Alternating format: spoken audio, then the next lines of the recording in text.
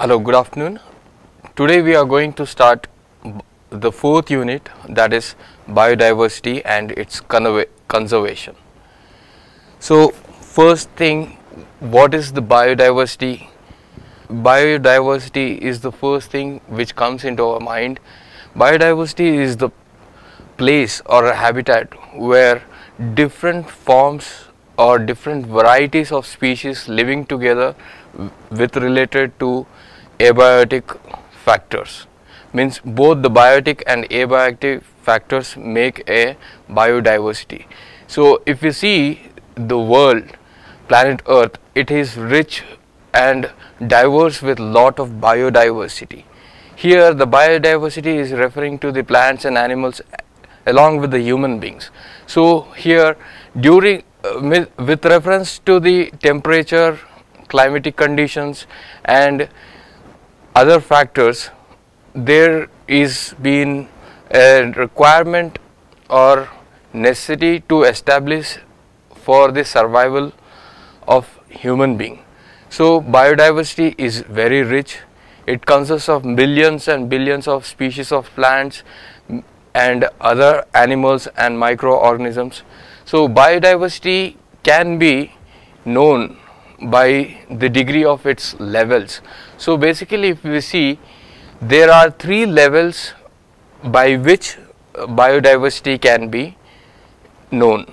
First level is genetic diversity, the second one is species diversity, and the third one is ecosystem diversity. In the genetic diversity, we see the total number of genetic characters in the generation makeup of a species.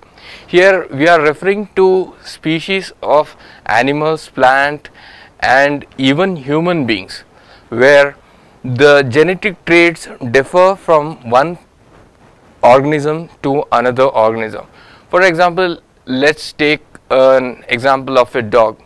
So here we are seeing the color, texture, the fur, hair and the body line of dogs are different because they have adapted themselves to certain climatic conditions which suits them and it helps them for growth and survival.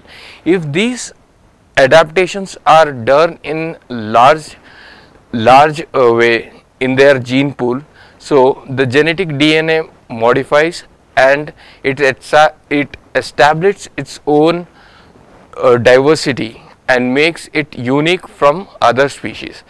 When compared to the species diversity, it is the number of species or species that is living in a particular location or ecological community.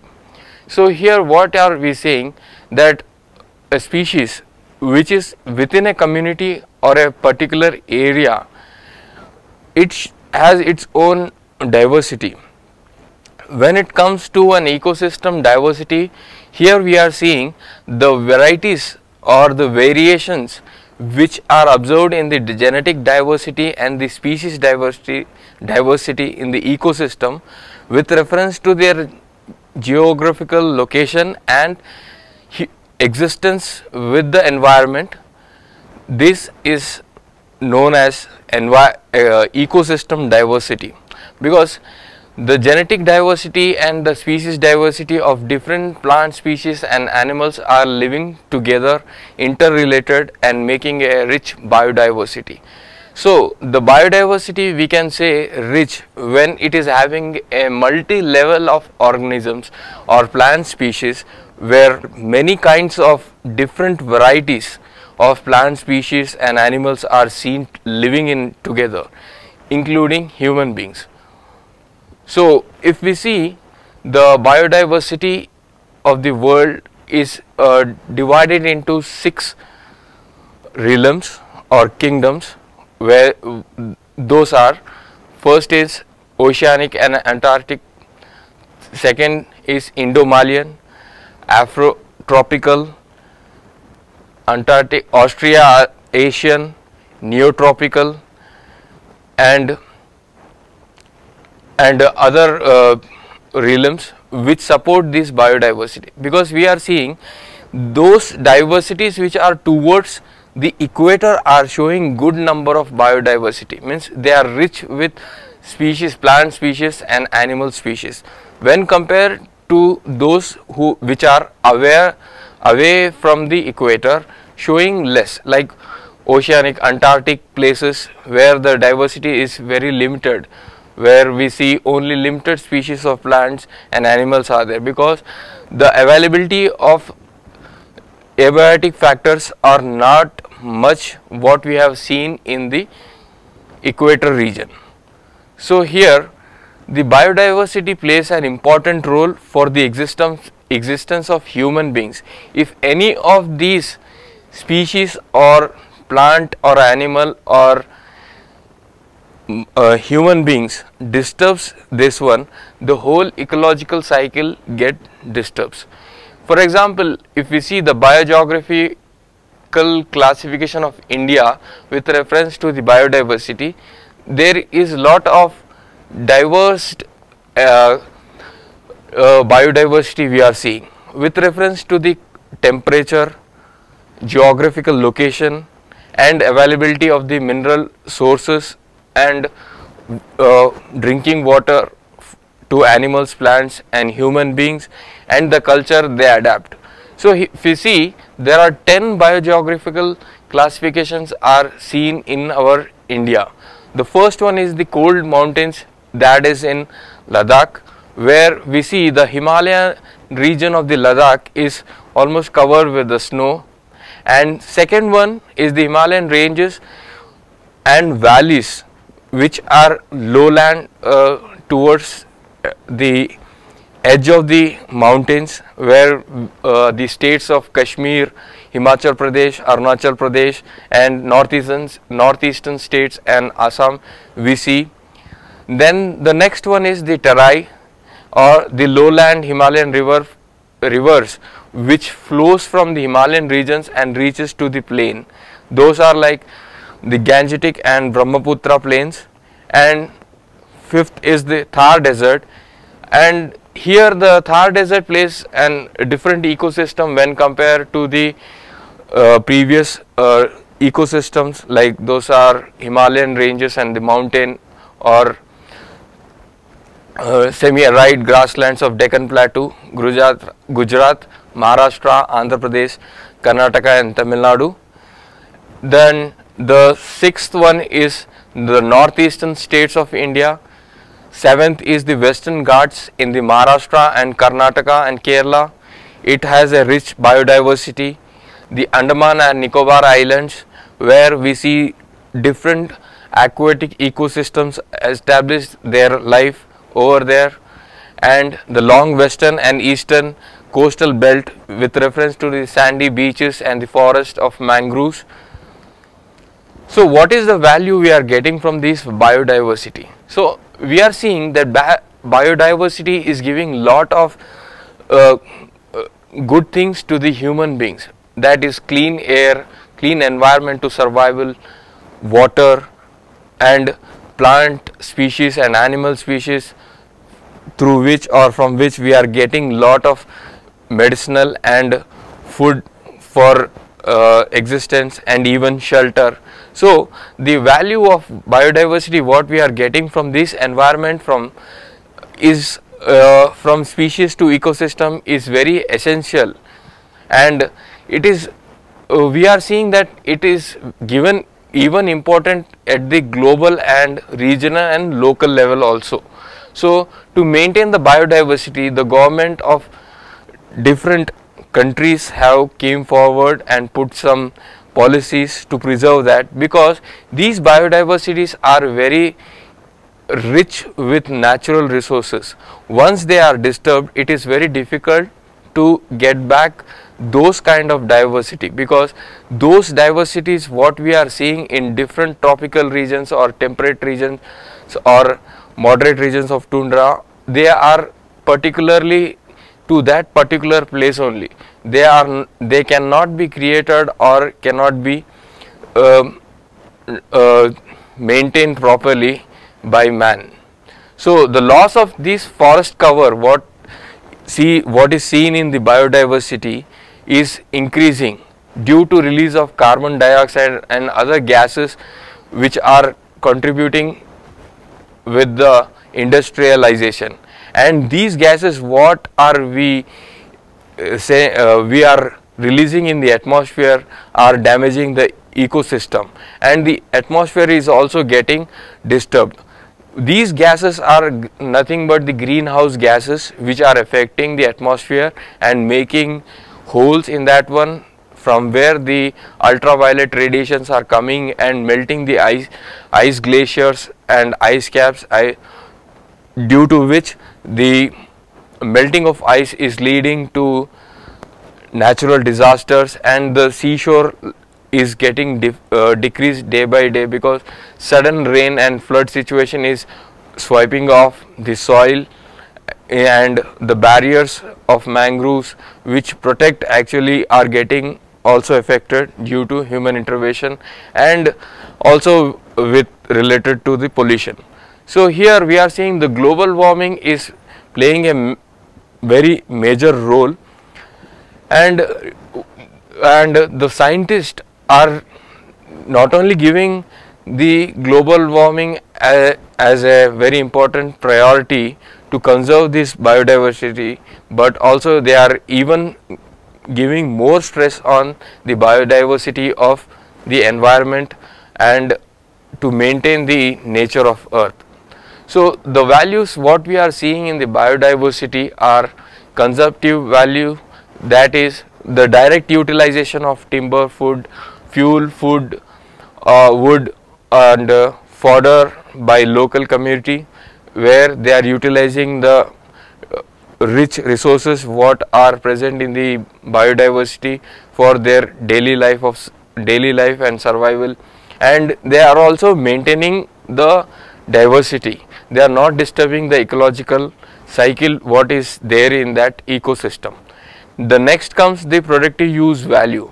In here, in this what we are seeing, the biotechnologies using biorich areas, and they are making a better livestock with the wild varieties. So they are taking the genetic DNA from these wild species and improvising them for the better productivity and to get good yield in the crop product and other medicinal values. For example, if we see pharmacist, a pharmacist requires new drugs. So from the raw materials from this forest land or these bioreserved areas, they get to know like what are the compounds which are rich with the elements what they are required, and they are utilizing it for maximum productivity in the way of industrial purpose from the plant species as well as from the animal species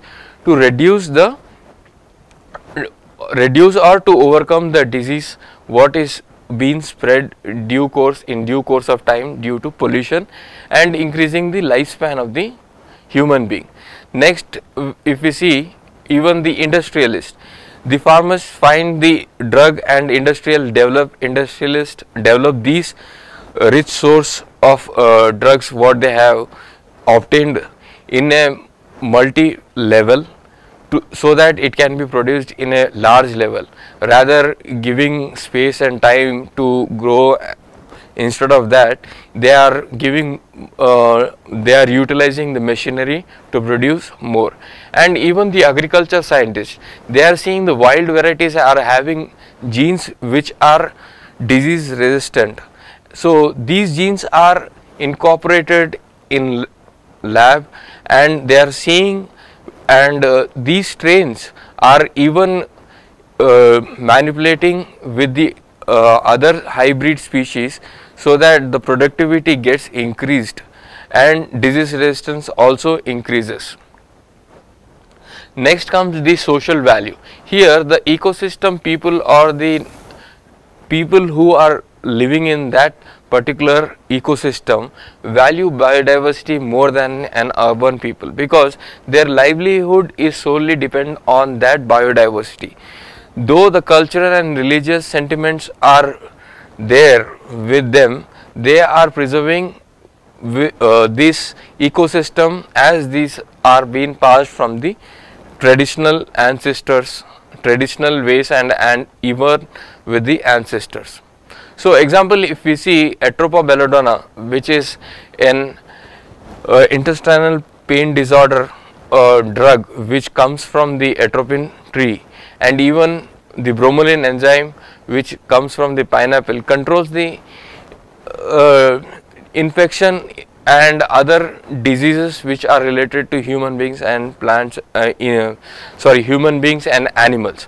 Here the caffeine tea also gives coffee seeds which stimulates central nervous system to better function, and the camphor which helps to increase the blood supply.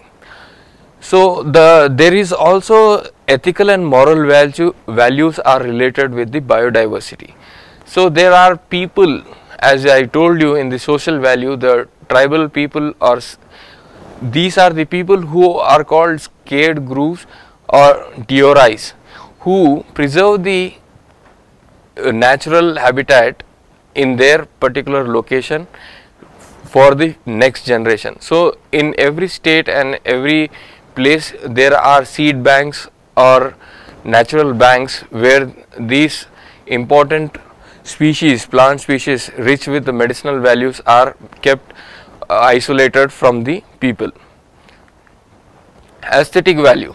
So aesthetic value is the symbols from the wild species such as lion of Hinduism, the elephant of Buddhism, and deities such as Lord Ganesha, and vehicles of several deities that are animals are shown to the people that these are the species which has to be preserved, and they make sure that they should not get harmed, because these are the ecological if we see the point of view, these plays an important role, so they should not be disturbed. So it has to be preserved.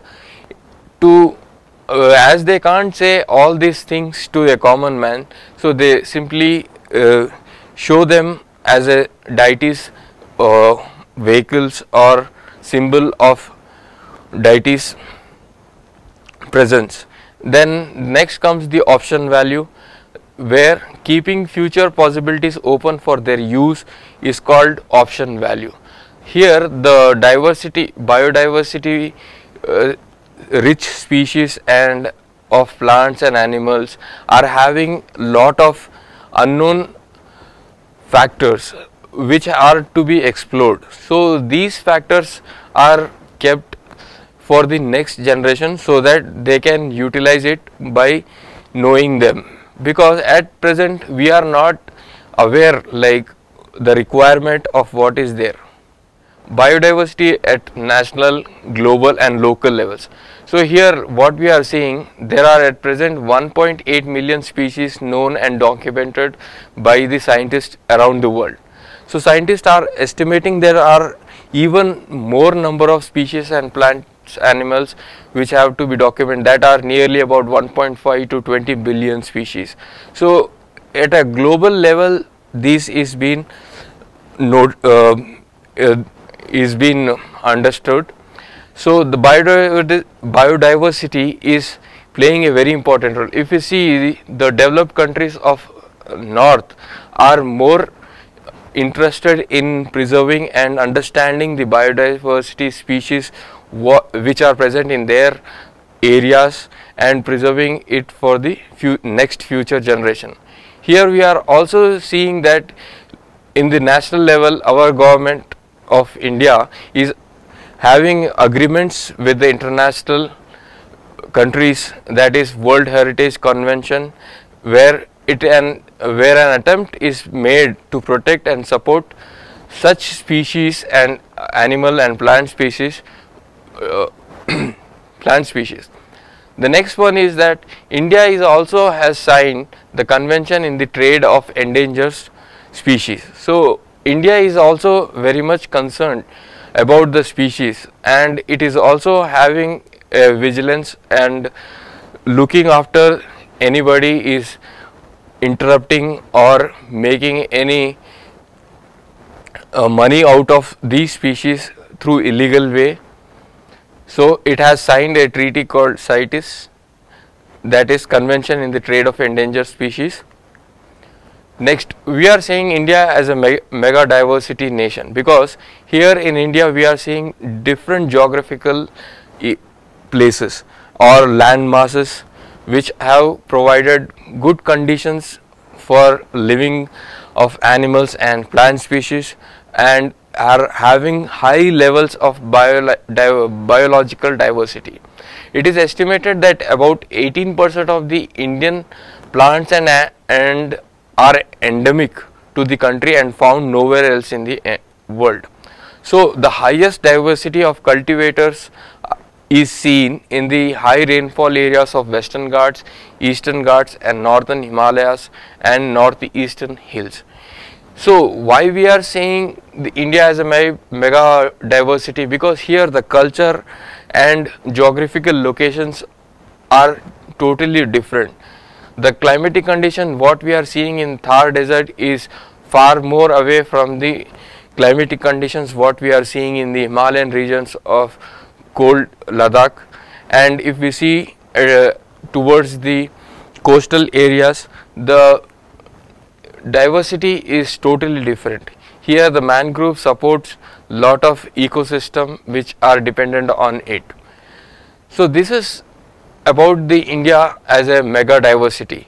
The reason, one more reason is that here in our own country we are seeing that there are gene banks which have collected more than 34,000 cereals of different varieties and 22,000 of pulses which are grown in India. So it is also a factor that we are having a different level of soil and geography which is giving these kind of varieties.